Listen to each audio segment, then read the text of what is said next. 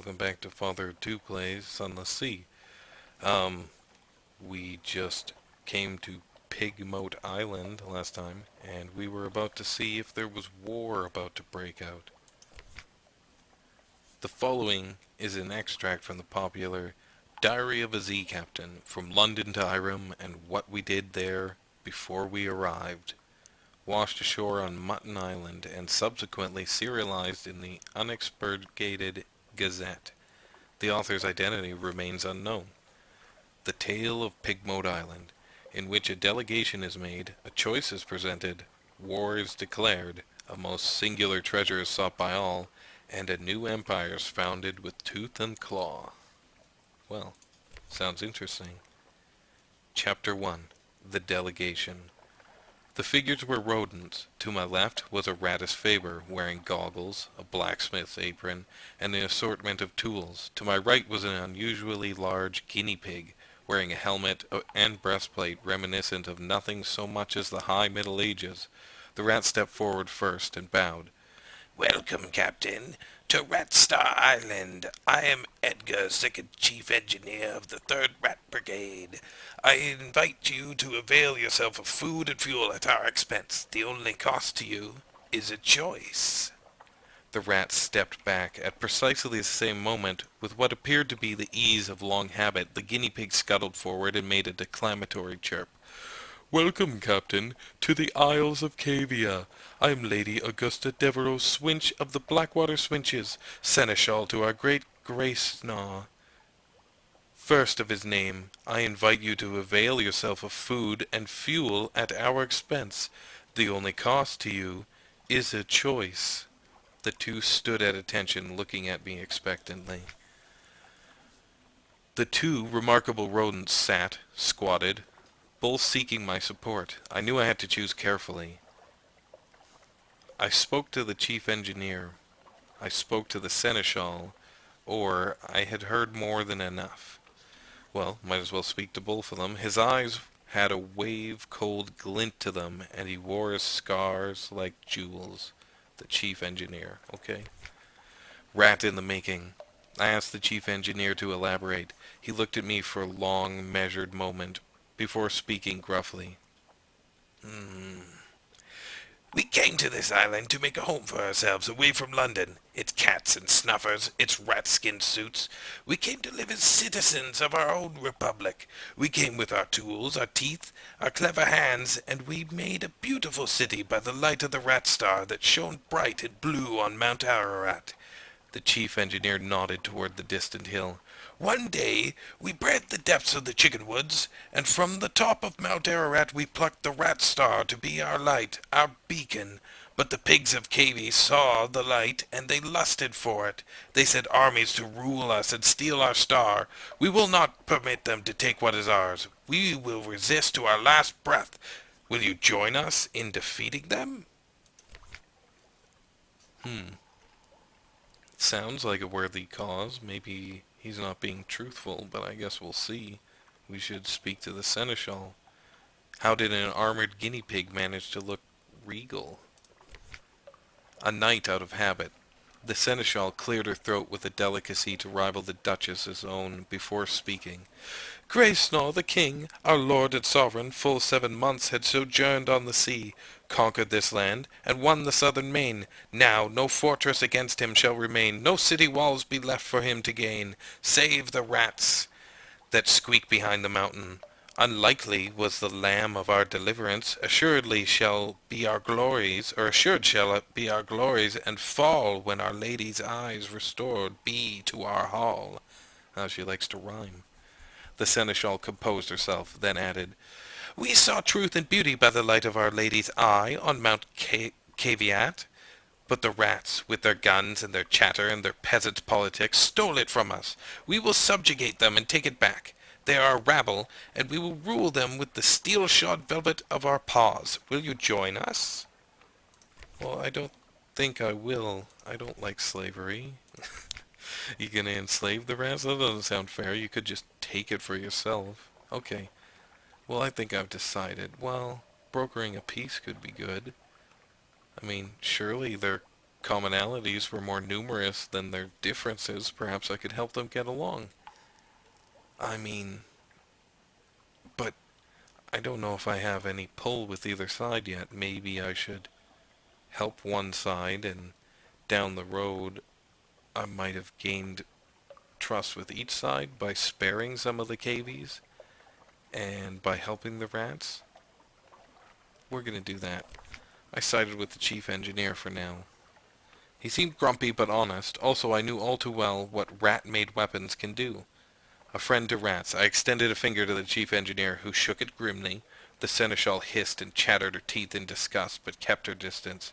You've made the right choice, said the chief engineer. Let me show you around. An occurrence, your memories, a rat in the making. Quality is 1. You've gained 1 supplies and 1 fuel. Well, we're almost back to where we were. We might even be back to where we were when we left. The chief engineer led me to the northern side of the island, skirting the chicken woods. We passed through a number of what can only be termed checkpoints, as fierce-eyed rats shouldered their derringers and saluted the chief engineer. Soon we came upon a small colony, smaller than some of the infestations I had encountered in London flats. Perhaps only 50 ratus faber altogether, working diligently to fortify their side of the island. The first thing I noticed was a brilliant light beaming out from a stump of chicken wood about 6 feet high. It bathed the whole settlement in a clean blue glow, and was almost too bright to look at. By its light I could see several raised mounds of earth, suggesting shallow tunnels. An efficient fishing operation was set up by the water, an albino rat mending nets while others stabbed sharpened sticks into the waves. Further inland was a barracks, where a sergeant barked drills at a small squadron of fighters. My arrival drew attention, and several rats paused in their work to look at me curiously. Welcome to Marania, said the chief engineer, voice warm with pride. It's not much to look at now, but it will be once we've rousted the Cavies. Take a stroll around while I summon the war council. With that, he vanished into one of the mounds and left me to explore. I visited the rat barracks. The drill sergeant appeared to be sizing me up. Were the few rats around here really all she had to launch an attack? Goodness. Don't know why that sentence tripped me up so much. On we go. We were fighting impressive odds. I approached the drill sergeant and went so far as to salute her, which earned me a grunt of satisfaction. The sergeant dismissed her troops and offered me a bit of chickenwood jerky to gnaw on. So it's chickenwood? Okay. So it's meat and tree? Okay. Is that the mushrooms? Okay, I get it. Chickenwood. There's much more of us below ground, she explained, but not enough. The cavies are bigger, and there's more of 'em. We're better with weapons, but haven't got the stuff to make 'em with. Most of us came here as stowaways, and brought nothing but food, tools, and the fur on our backs. We could fish, and we nibble the chicken woods, but we can't make guns out of trees. The cavies came with their own steamer, and seem to have endless supplies. We raid 'em sometimes, but there's so few of us, and we can never hold on to territory gained for long. But that's of no consequence. All we want is to be left in peace and build our republic, and the Rat Star, she added thoughtfully after a moment. Of course, we want that, too. Well, that's all there is there, I suppose. I take a closer look at the Rat Star. An excitable-looking rat was peering at it through the smoky goggles, twitching her whiskers and making notes on what appeared to be real paper. So paper is a commodity, like in The Gunslinger by Stephen King. Blue as sapphire, but endlessly more brilliant. It's not a star, of course, not really, but try explaining that to the others. The chief engineer doesn't want me working too hard to convince them, says this is better for morale. But just look at it. Look. She offered me her goggles. I managed to work them over just enough of one of my eyes to see the truth of what she was studying.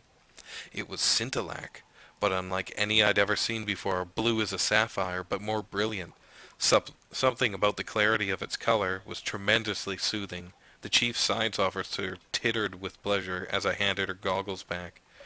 Those of us who've been to the cavey side of the island and lived to tell of it say that there's plenty of glow there, plenty of bright in the water all around, but nothing like this. We took this from the island's center, Mount Ararat only. It's not a mountain, of course, any more than this is a star. It's hollow. There's a sweet water inside and coral crawling all up the walls of it, but nothing that glows save this. It's ours now, and no one can take it from us.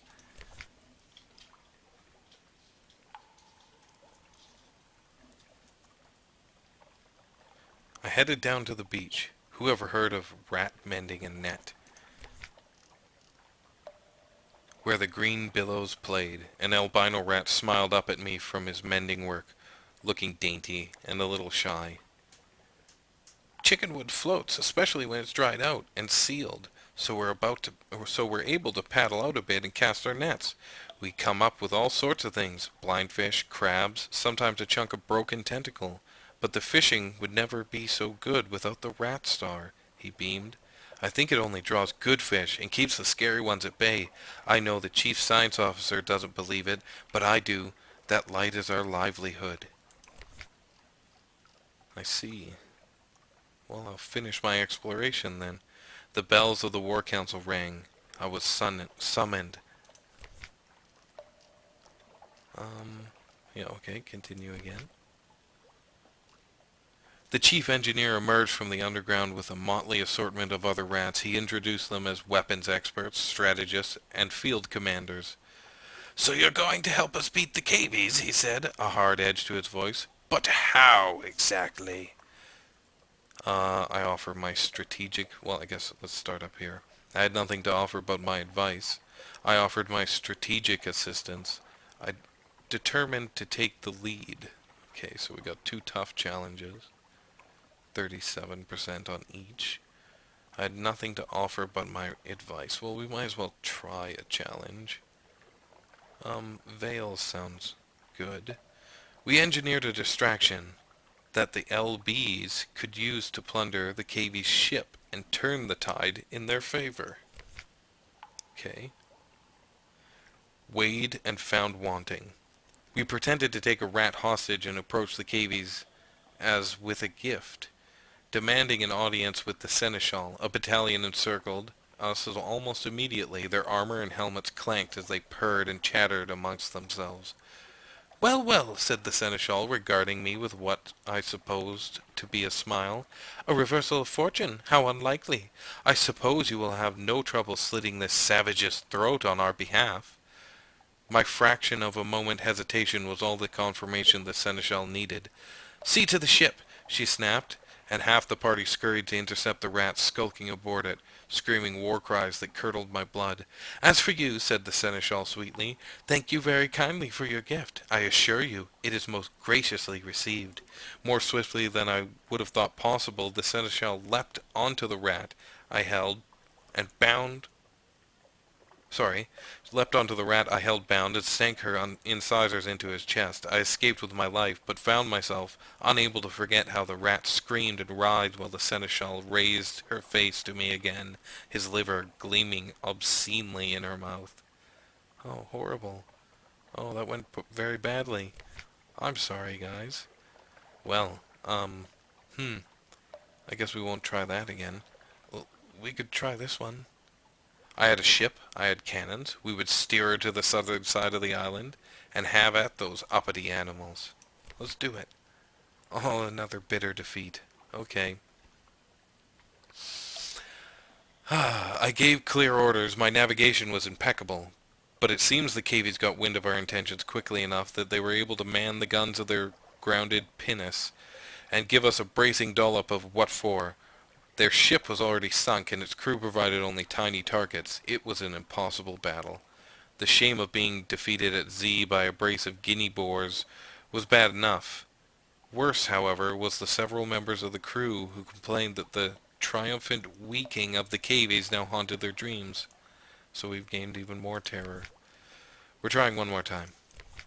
And another bitter defeat. Okay, that's enough. I've had enough. We're terrified enough. I'll offer my advice. A charge. The The king took it in desperation, if not gratitude. The Cavies had advantages over the rats. To prolong this much longer was a sure path to defeat. I advised them to put everything they had into one desperate assault on the beached ship. Unhappily, they concurred. The sound of gunfire and screams echoed as far away as my ship, where the crew and I sat and watched. Few of the rats that marched forward that day returned to the light of their precious rat star. Those that did returned bloody and shaking, yet in triumph. It was as much a victory as they could have hoped for, if hard to call a victory. So, Pigmote Island spirit is conflicted. Pigmote Isle civilization is now danger. And Hail Marinia, an occurrence quality is now, might quality is now 2, danger. Oh no. Okay. The house of Cavies had fallen.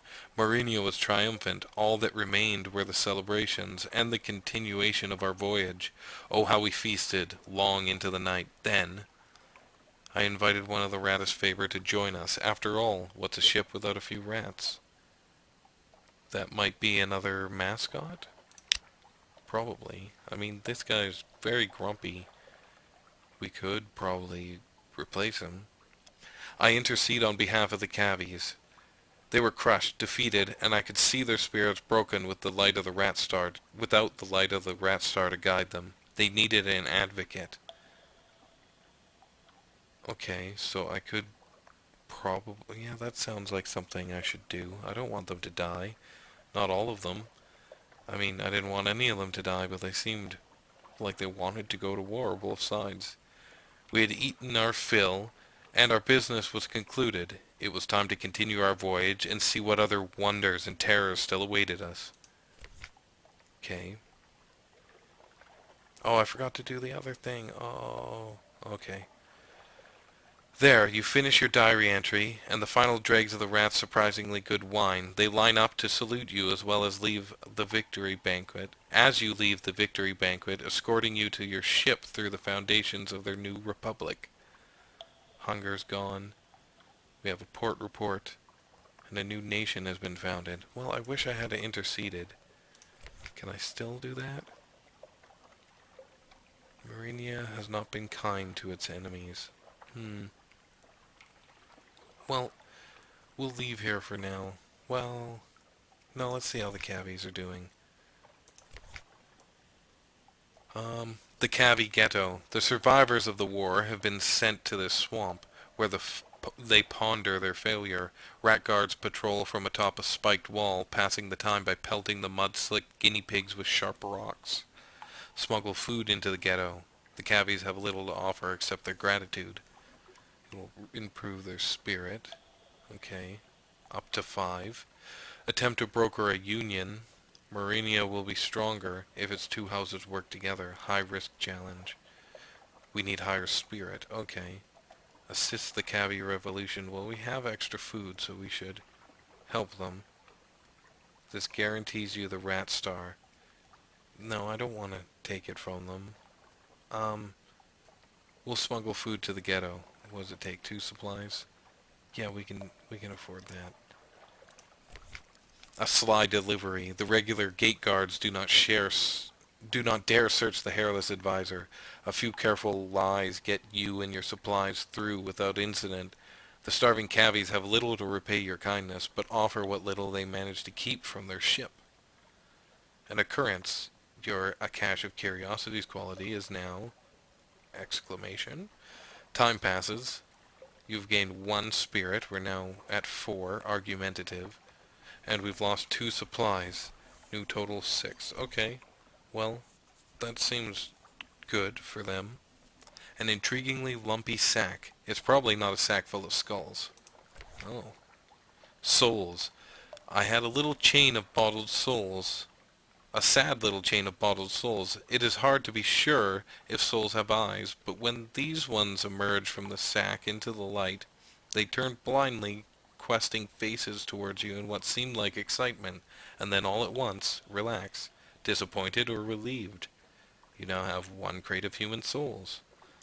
Okay, well, I guess we should check that out in our hold.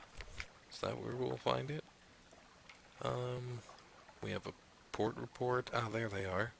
Clinking, glowing, pleading. Oh, lovely. The yes, very okay.